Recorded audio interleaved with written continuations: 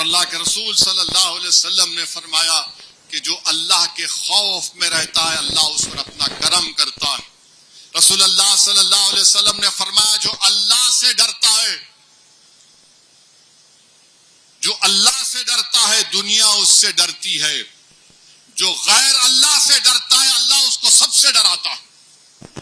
اب آپ کو اور ہم کو فیصلہ کرنا ہے کہ اللہ ہم کو توفیق دے کہ ہم صرف رب کائنات کا خوف کس سے خوف کریں، غیر اللہ کا کوئی خوف کرنے کی ضرورت نہیں ہے. کوئی اقتدار پر کوئی وزیر اعظم ہو، اس کی حکومت ہو، کوئی ہو، خوف صرف زمین و آسمان کے خالق سے کیا جائے گا، کیونکہ اس نے ہم کو پیدا کیا، اس نے ہم کو رزق دیا، اس نے ہم کو تمام انعامات اور نعمتوں سے نوازا. وہی ہماری جان لے گا، وہی ہم کو دوبارہ پیدا کرے گا. تو میرے عزیز دوستوں اور بزرگوں، صرف اللہ سے خوف کرنا ہے. اور ایمان خوف اور امید کے درمیان میں ہے. ایمان خوف اور امید کے درمیان میں ہے. تو ڈرنے اور گھبرانے کی ضرورت نہیں ہے. میرے عزیز دوستوں اور بزرگوں، میں آپ کو ایک اور بات کہہ کر اپنی بات کو ختم کر دوں گا. وہ یہ ہے میرے عزیز دوستوں اور بزرگوں، وطن عزیز میں ہم دیکھ رہے ہیں ایک لمبی فہرست بنا کے لایا ہوں جو مسلمانوں پر ظلم ہوتا ہے. دلی میں ایک واقعہ ہوا، دو پڑوسیوں کا جھگڑا ہوا، ہندو اور مسلمان. گندا پانی پھینکا گیا ایک خاتون پر، دونوں میں ہاتھا پائی ہوئی. ایک 80 سال کا بوڑھا، 3 خواتین اور 2 بچوں کو پولیس نے پکڑ لیا. افسوسناک واقعہ ہے، ایک ترون نامی نوجوان کی موت ہو گئی، مگر بجرنگ دل نے اس کو ہندو مسلم کا جھگڑا بتا دیا اور پولیس نے بلڈوزر لے جا کر گھر کو توڑ دیا. سپریم کورٹ کا آرڈر بھی ہے، گھر کو توڑ دیا اور وہاں پر کہا گیا عید کے دن خون کی ہولی ہوگی. اور پھر ایک 12 سال کے بچے کا ویڈیو مجھے کسی نے بھیجایا. اس 12 سال کے بچے میں اتنی نفرت کہاں سے آ گئی، کہاں سے آ گئی اس بچے کے، کون اس کے دماغ میں نفرت ڈالا. پھر ہم دیکھتے ہیں کہ میگھالیہ میں ویسٹ گارو ہلز میں وہاں پہ الیکشن ہو رہا ہے. الیکشن میں 2 مسلمان خیر الاسلام اور اشرف الاسلام کو مار کر قتل کر دیا گیا. کیوں مارا گیا؟ کہ نہیں یہ بنگالی ہے میرے بھائی، یہ بنگالی ہیں، یہ ان کو وہاں سے آئے، یہ میاں ہیں.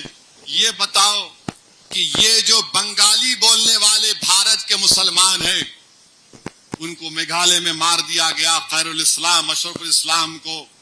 اور پھر جو جامع مسجد تورا ہے اس کی بے حرمتی کی گئی. باہر سے آئے تو پھر مسجد بھی باہر سے آئی کیا؟ بہرحال مقصد یہ ہے کہ ان کو مارا جائے. اور مارنے والوں نے پکار کر کہا یہ تمہاری زمین نہیں ہے، یہاں اللہ اکبر کام نہیں کرے گا. میگھالیہ میں یہ نفرت اگر کوئی پیدا کر رہی ہے تو بی جے پی. اور پھر ہم دیکھتے ہیں کہ وزیر اعظم کی پارلیمانی حلقے میں دال منڈی میں صدیوں سے مسلمان رہتے ہیں. وشوناتھ دھام کاریڈور پروجیکٹ کے نام پر ان کی تمام جائیدادوں کو بلڈوز کر دیا گیا، کمپنسیشن بھی نہیں دیا گیا. کیا اسی لیے ہم کو سزا دی جا رہی ہے کہ 4,80,000 وزیر اعظم کی اکثریت تھی جو 1.5 لاکھ پر آ گئی؟ دال منڈی میں مسلمانوں کے گھروں کو یہ کہہ کر توڑ دیا گیا کہ یہ رہنے کے قابل لائق نہیں ہے. پھر بریلی میں محمد گنج گاؤں میں حسین خان نے طارق صاحب کے گھر میں جا کے نماز پڑھی تو پولیس وہاں چلے گئی، ان کو ہائی کورٹ جانا پڑا. ہائی کورٹ نے ایک فیصلہ دیا کہ حسین خان کو پروٹیکشن دیا جائے. فاروق عبداللہ پر گولی چلی، ہم اس کی مذمت کرتے ہیں. بہار کے مدھوبنی ضلع میں روشن خاتون ہے، اس کو ایک موب نے ہجوم نے مارا کیونکہ وہ مدد کے لیے گئی تھی اور اس کو ایک پول سے باندھ کر لوگوں نے پیٹا، اس کو پیشاب پلایا گائے کا شراب پلایا. اس کے بعد وہ روشن خاتون مر گئی. بیواڑی راجستھان میں 28 سالہ عامر خان کو گولی مار دی گئی. گناہ کیا تھا کہ وہ لاری میں اپنا میوہ لے کر جا رہا تھا. گاؤں رکشکوں نے اس پر حملہ کیا. وہ مسجد کے پاس کھڑا ہوا تھا. 13 سال کا انیس خان لکھنؤ میں روزے کی حالت میں تھا. اس کے دوست نے گولی مار دی. اور ایک 65 سال کا عبدالسلام بہار دربھنگا میں ماب لنچنگ کر دیا گیا کیونکہ وہ بعض فرقہ پرست نوجوان جو اسلام کے خلاف نعرے لگا رہے تھے ان کو سمجھانے گیا. آئرن راڈ سے مار کر برسر موقع اس کو وہی اسی موقع پر اس کی ہلاکت ہو گئی. پھر چاندی پور میں 60 سال کے آس محمد کو لائسنس ویپن سے ٹوینکل پانڈے نام کے شخص نے گولی مار دی. اور پھر سنبھل میں کل ایک ویڈیو میں بھی دیکھا, ایک ڈی ایس پی صاحب ہیں, مسلمانوں کو بٹھاتے ہیں, مسلمانوں کو بٹھا کر بولتے ہیں کیا ضرورت ہے تم لوگوں کو, ایران پہ تم لوگ کیوں احتجاج کر رہے, ایران اسرائیل امریکہ کی جنگ ہو رہی, تم کو کیا کرنا ہے, تم احتجاج کریں گے تو ہم تم کو سزا دے دیں گے, تم لوگ روڈ پہ کیوں آ کے نماز پڑھتے, برداشت نہیں کیا جائے گا, جیل کو بھیجایا جائے گا, اور اگر تم کو زیادہ تکلیف ہو رہی تو انڈیا سے ایران چلے جاؤ. میں اس ڈی ایس پی صاحب کو بولوں گا یہ ملک آپ کے باپ کا نہیں ہے, ہندوستان کا آئین ہے, freedom of expression article 19 fundamental right ہے. اور سنو ڈی ایس پی, تم بنیامین نیتنیاہو کی زبان میں بات کر رہے ہو. اگر کل کوئی اسرائیل کی تائید میں احتجاج نکالا جائے گا تو تم تو جے جے کے نعرے لگاؤ گے نا. میں آئین کا حوالہ دے رہا ہوں, آئین میں شیڈول 7 ہے. شیڈول 7 کیا بولتا کہ پارلیمنٹ کو یہ حق حاصل ہے کہ وہ فارن پالیسی بنائے نیشنل سیکورٹی اور ڈیفنس کے اوپر. پارلیمنٹ کیوں ہے پھر, اور ہمارا اختیار ہے. اگر ہم مودی سے پوچھ رہے ہیں کہ تم نیتنیاہو سے ملنے کیوں گئے ایران پر 2 دن حملہ ہونے سے پہلے, آپ کے پیٹ میں درد کیوں ہو رہا ہے. مودی کیوں گئے تھے, کیونکہ نیتنیاہو جو جہنم کا کتا ہے, جس نے 70,000 فلسطینیوں کا جینوسائیڈ کیا, وہ پوری بین الاقوامی سطح پر آئسولیٹ ہو چکا تھا, تو مودی اس کے لیے گئے تھے. اور آپ کو معلوم بیت المقدس مسجد اقصی کے قریب ایک انڈیا ہاؤس ہے. 125 سال سے ویسٹرن یو پی کا ایک انصاری پریوار اس کا خیال رکھتا ہے, اور اس کی خاصیت یہ ہے کہ اس میں بولا جاتا ہے کہ بابا فرید گنج شکر رحمت اللہ علیہ وہاں پر آ کر اپنا 40 دن کا چلہ کیے تھے. مودی جی آپ وہاں چلے جاتے انڈیا ہاؤس میں, مگر مودی جی نے کیا کیا, اسرائیل کے ایکٹروں سے ملاقات کی, اسرائیل کے ایکٹروں سے ملاقات کی. اور پھر غازہ نہیں گئے, مغربی کنارہ چلے جاتے. ارے وہ نہیں تو نہیں, کم سے کم تم مسجد اقصی جا کر دیکھ لیتے. مگر بنیامین نیتنیاہو سے ملنا تھا. اور ہمارے لیے بڑی توہین کی بات ہے کہ اسرائیل کی پارلیمنٹ کو نیسٹ بولتے, وہاں پر کسی کو ایوارڈ نہیں دیا گیا, ان کے پاس کوئی ایوارڈ ہی نہیں ہے, تو وہیں کا وہیں ایک ایوارڈ بنا دیے. ہماری پارلیمنٹ کا ایوارڈ ہمارے وزیر اعظم گلے میں پنا دیے. اب انہوں خوش, میرے کو پنا دیے. ارے ذرا تو سوچو, یہ ایوارڈ ہے ہی نہیں, آپ کو خوش کرنے کے لیے پہنا دیے. اور آپ جیسا نکلے, میں نے بولا تھا مودی کے اسرائیل سے نکلنے کے بعد حملہ ہوگا. اب آپ حملہ کیے, اسرائیل امریکہ مل کر. میں کہہ رہا تھا آپ سے 2 جمعے کی میری تقریر اٹھا کے دے سن لیجئے کہ قیمتیں بڑھیں گی. ہرمز, اسٹریٹ آف ہرمز بند, ہمارا 60% تیل گیس سعودی عرب سے, عراق سے, کویت سے, قطر سے گیس, اور یہ سب اسی سے آتا ہے. یہ تمام سنگی لوگ کچھ نہیں ہوتا. اب پوری گیس نکل گئی نا, بکواس نکل گئی اب. میں پوچھا تھا کیوں نہیں آپ مذمت کر رہے؟ کسی ملک پر حملہ ہوا تھا، خامنائی شیعوں کے رہبر ہیں، ان کے لیے بڑی شخصیت ہیں، آپ نے اس ملک پر حملہ کر کے ان کو قتل کر دیا. آپ کل اچانک 56 انچ کو خیال آیا ارے بابا گیس پیٹرول کا معاملہ ہے بابا، تو فوراً فون اٹھا کے ایران کے صدر سے بات کیے. نہیں غلط ہوا، حملہ نہیں ہونا تھا. اور پھر آپ بات کر لیے ان سے. آپ بتائیے بھارت کیوں ایسا کر رہا ہے؟ آپ مذمت کرو ایران پہ حملہ ہوا، آپ مذمت کرو جو دوحہ میں، دبئی میں، بحرین میں، کویت میں ہوا.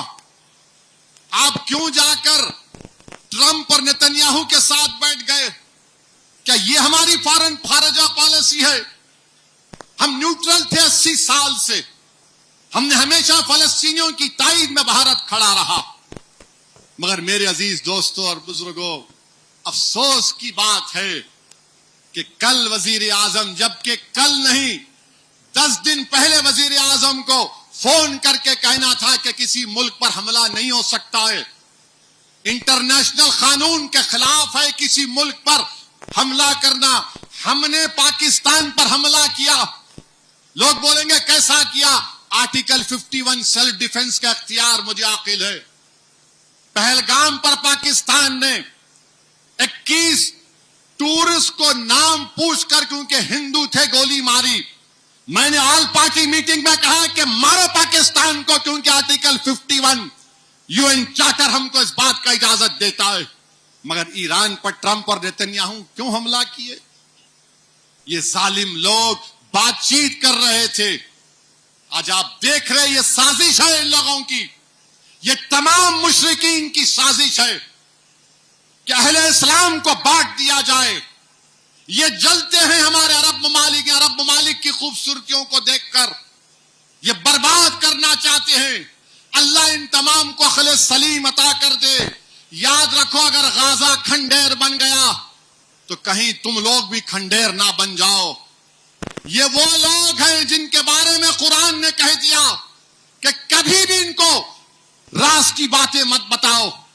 اور بچانے والا اللہ ہے، بچانے والا ٹرمپ نہیں ہو سکتا، بچانے والا اللہ ہے.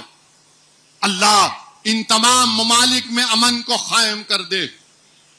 ہم یہ جنگ کو ختم کرنے کی بات کر رہے ہیں، مگر بنیامین نیتنیاہو یہ تمام ملکوں کو تباہ کرنا چاہتا ہے.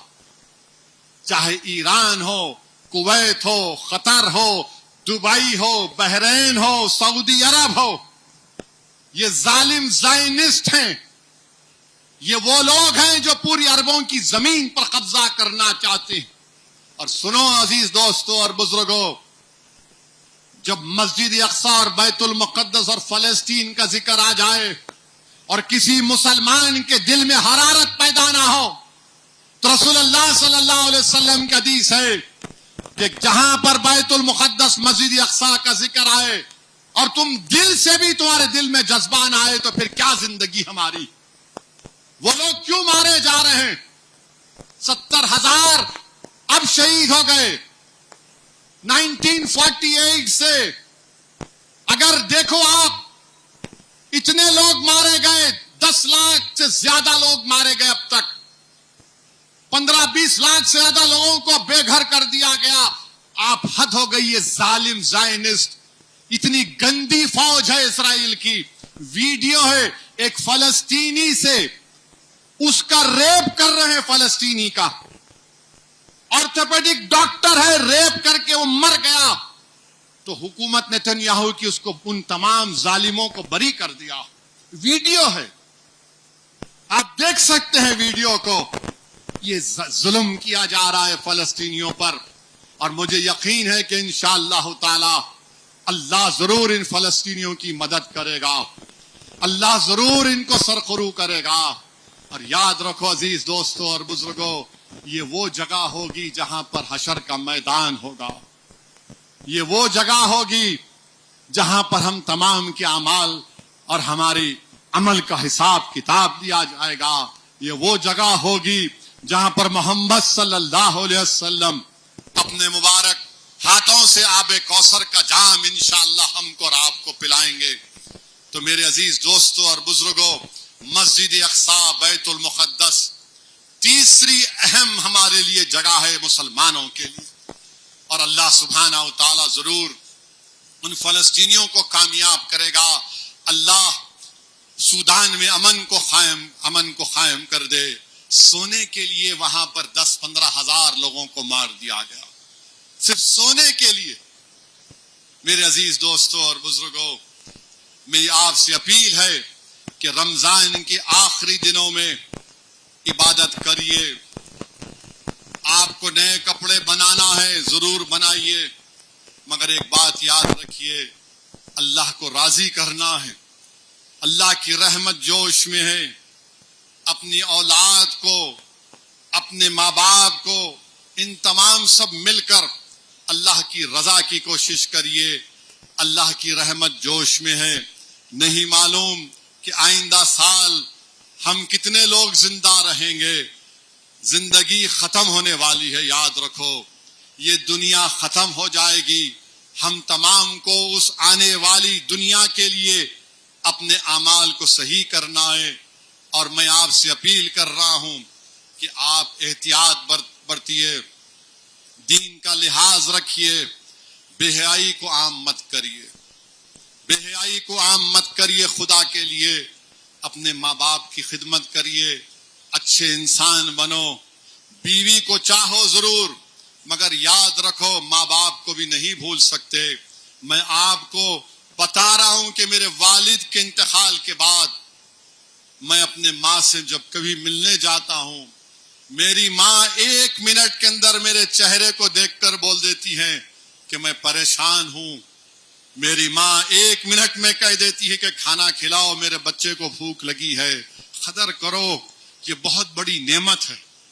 قدر کرو، یہ بہت بڑی نعمت ہے. ماں کے پیروں کے نیچے جنت ہے. بیوی کو چاہو ضرور، بہت محبت کرو اپنی بیویوں سے. دنیا اگر آپ کو جورو کا غلام بول رہی تو آپ کے لیے سرٹیفکیٹ ہے، تمغہ ہے. وہ تمغہ ہے، یاد رکھو. وہ تانا اگر کوئی دے رہے انہیں بیوی کا غلام ہے، بہت اچھا ہے، صحیح ہے. جو بیوی کی خدمت نہیں کرے گا کیا کس کی خدمت کرے گا. اور یاد رکھو، تم باہر بڑے نیک نظر آتے اور اندر تم بڑے حیوان رہتے ہو. گھر کے اندر حیوان مت بنو، اندر انسان بنو. تم دنیا کے سامنے آ کر، اور یہ کیسی دوستی ہے کہ وہ دوستی میں تم اپنے ماں باپ کو بھول جا رہے.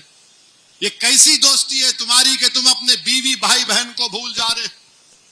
ارے تم دوست نہیں ہو سکتے اگر تم اپنی بیوی، اپنے ماں باپ، اپنی اولاد، اپنے بھائی بہن میں کو بھول جاؤ گے. پہلا حق تمہارا ان پر ہے. دوست، ارے تم دوست ہی نہیں ہو سکتے. جو اپنی بیوی کا نہیں ہوا وہ کس کا دوست ہوگا؟ جو اپنے ماں باپ کا نہیں ہوا وہ کیسا دوست ہوگا؟ جو اپنی اولاد کے قریب نہیں ہوا وہ دوست کے کیا قریب ہوگا؟ بڑے قریب رہتے ہو، بعد میں کھروچے تو معلوم ہوتا حضرت کیا کرتے گھر میں. بہت سے چیزوں کو میں جانتا ہوں اور ہم بتانا چاہ رہے. یہ یونیفارمز، ایک 5 منٹ لوں گا، آپ سننے تیار ہیں. یہ یونیفارم سول کوڈ کا شوشہ شروع ہو گیا. یونیفارم سول کوڈ کی بات کرنے والوں، یہ یاد رکھو اسلام میں شادی نکاح ایک کانٹریکٹ ہے، جنم کا ساتھ نہیں ہے. کانٹریکٹ ہے، جنم کا ساتھ نہیں ہے. نے عورتوں کو حق ملنا. اچھا کیا ملنا؟ مہر کون دیتے؟ ہم دیتے. مہر دینا پڑتا. بیوی کمائی تو اس میں شوہر کا کوئی حق نہیں ہے. بیوی کمائی تو شوہر کا حق نہیں ہے. اور بیوی کماری بھی تو تم عید کے کپڑے خریدنا. بیوی گھر میں ہے. سپریم کورٹ کا ججمنٹ ہے ہندو دھرم میں اگر کوئی اپنے ساس سسرے کی خدمت نہیں کری، ان کے ساتھ نہیں رہتی، وہ کرولٹی ہے. وہ اسلام کیا بولتا؟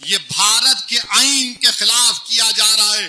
میں آپ سے اپیل کر رہا ہوں کہ اپنے دین کی طرف واپس چلو, اپنے دین کی طرف واپس چلو, اپنے دین سے وابستہ ہو جاؤ, قرآن اور سنت پر سختی سے عمل کرو, اچھے انسان بنو. انشاءاللہ تعالی اللہ ہم کو کامیاب کرے گا. یہ ظلم کرنے والے انشاءاللہ اللہ ان کو پکڑے گا, اور جب اللہ ان کو گرفت لے گا نا تو کوئی تم کو نہیں بچا سکے گا. انشاءاللہ اللہ تم کو گرفت لے گا. تم مظلوموں پر ظلم کر کے ان کو دبا کر اپنی بہادری سمجھ رہے ہو. ارے یاد رکھو, تاریخ گواہ ہے انسانیت کی, انصاف ہوا ہے, انصاف ہوگا انشاءاللہ تعالی. مجلس اتحاد المسلمین آپ کی طاقت, آپ کی آواز اور آپ کی پہچان ہے. مجلس اتحاد المسلمین اتحاد کا پیغام دیتی ہے, اس لیے دیتی ہے کہ رمضان میں ہم نے ایک ہی وقت میں روزہ کھولا, ایک ہی وقت میں نمازیں پڑھی. اتحاد کا پیغام دیا جا رہا ہے. تو میرے عزیز دوستوں اور بزرگوں, یہ ماہ مبارک ہم تمام کو اتحاد کا پیغام دے رہا ہے. اور یاد رکھو, اگر حسین کی طرح موت چاہتے ہو تو یزید کی طرح زندگی مت گزارو. اگر حسین کی طرح زندگی موت چاہتے ہو تو یزید کی طرح زندگی مت گزارو. یاد رکھو, یہ دارالعمل ہے دنیا, دارالجزا نہیں ہے. دارالجزا وہاں ہے. یہ عمل کرنا ہمارا کام ہے. عمل کرو, متحد رہو, ڈر اور خوف کو اپنے قریب آنے مت دو. سوائے اللہ سے ڈرنا ہے, کسی غیر اللہ سے نہیں ڈرنا ہے. اللہ ہمارے لیے کافی ہے. حسبنا اللہ و نعم الوکیل, حسبنا اللہ و نعم الوکیل. اپنی نظریں اٹھا کر دیکھو کہ 70,000 فلسطینی مر گئے, مگر ایک مجھے واقعہ دکھاؤ کہ کسی فلسطینی نے خودکشی کر لی. گھر اجڑ گیا, بچے مر گئے, مگر آج بھی روزہ کھول کے دعا کر رہا ہے, اللہ تیرے دین کو غالب کر دے. میرے عزیز دوستوں اور بزرگوں, آئندہ جمعہ اگر انشاءاللہ روزہ رہا تو مجلس کا جلسہ بھی ہوگا. میری آپ سے گزارش ہے کہ ان دعاؤں میں مجلس کی کامیابی کے لیے اور مجلس کی مضبوطی کے لیے دعا فرمائیے, اور دعا کریے کہ اللہ مجلس کے محروم قائدین کی مغفرت فرمائے.